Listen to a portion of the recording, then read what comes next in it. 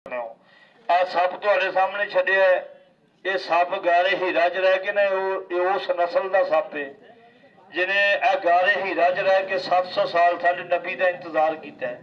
साडे नबी नूं वेखिया ने इन्हें जहर सिद्धी इंतजार किया उत्थे लैके।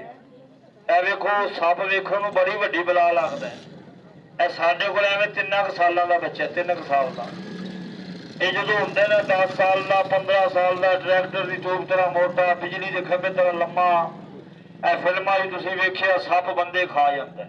ये उस नस्ल का सप है। ये पंजाबी बंदे ताजर के लोग बोलते हैं एना कौटा। ये फिल्म के काम है बंदे का गोश्त खा जाना बंदे नूं खा जाना। जो ये ताजर के लोग इनू खरीद लेंदे ने ना इनू कैमिकल खुराका पाउंदे ने मना टना के हिसाब का वजन हो जाता है। इन्हू फिर फिल्मां दाखिल करते हैं। जो ये मर जाते इनू ज़ाया नहीं करते यदा ऑपरेशन करते हैं। यदा गोश्त खा जाते हैं। हड्डी यदि धुप्पे पई इंज चमकदी जिवें सोना चांदी चमकदा है।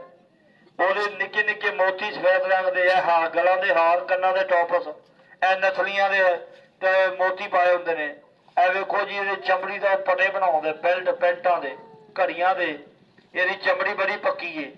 ए बाजी सप वेख लिया किसी बंदे नूं असीं बुरा नहीं आखिया। कोई गलती लगी होवे तां भाई समझ के माफ़ करो जी।